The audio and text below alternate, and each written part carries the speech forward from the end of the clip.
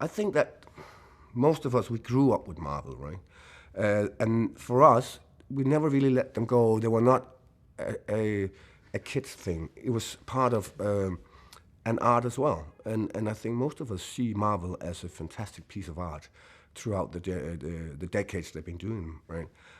So for us to be in one of the films is not only a childhood dream, it's also an adult dream, because the stories are wider than just entertaining in the sense of entertaining kids. They are dealing with big questions. You know, who am I? What is the universe? Good and evil. And those are, as always, some of the best stories. I think that in general, the story appealed to me, and we're dealing with a man, you and me, maybe a little brighter than us, a fantastic surgeon who has a touch of arrogance to him. And this arrogance is following through the first half of the film, and something terrible happens, and he has to confront his fears and his beliefs. And I thought that was a very, very human and brilliant way of describing a superhero, and let him start there and see where he goes.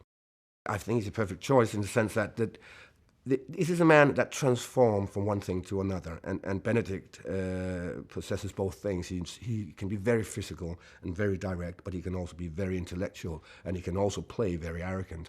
And this character has a fair amount of arrogancy in the beginning of the film, and I think that's perfect for the character.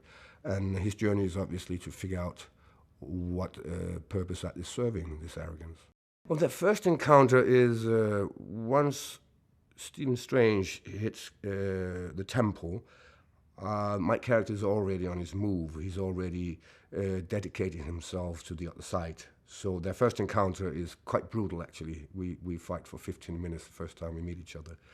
And it's a situation where Doctor Strange does not have his powers, and he is not as skillful a fighter as the rest of us at this point, because we've been there for 20 years. He's only been there for 9 months.